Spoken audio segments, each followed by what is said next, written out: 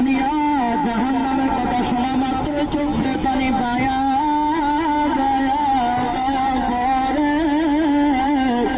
ওই পানিগুলো আমি আল্লাহ রাখিয়া দিছি, এইটা আমার গুনাহগার বান্দাদের পানি। ভাই গো, কোন রসুল কোন হাবিব আমরা পাইলাম, যেই রাসূলুল্লাহ সাল্লাল্লাহু আলাইহি ওয়াসাল্লাম দিনের জন্য এত কষ্ট করলেন, এত কষ্ট করলেন। আল্লাহ রাসূল 10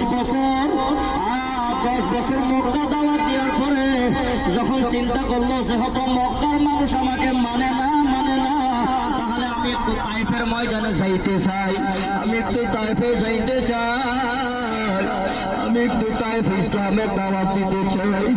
আমার ভাইরা, আমার বন্ধুরা, তাইফের ময়দান, তাইফের মধ্যে যায়েদ বিন হারেসাকে নিয়ে, যায়েদ বিন হারেসা নবীজির পালক পুত্র, যায়েদ বিন হারেসাকে নিয়ে তাইফের ময়দানে গেল।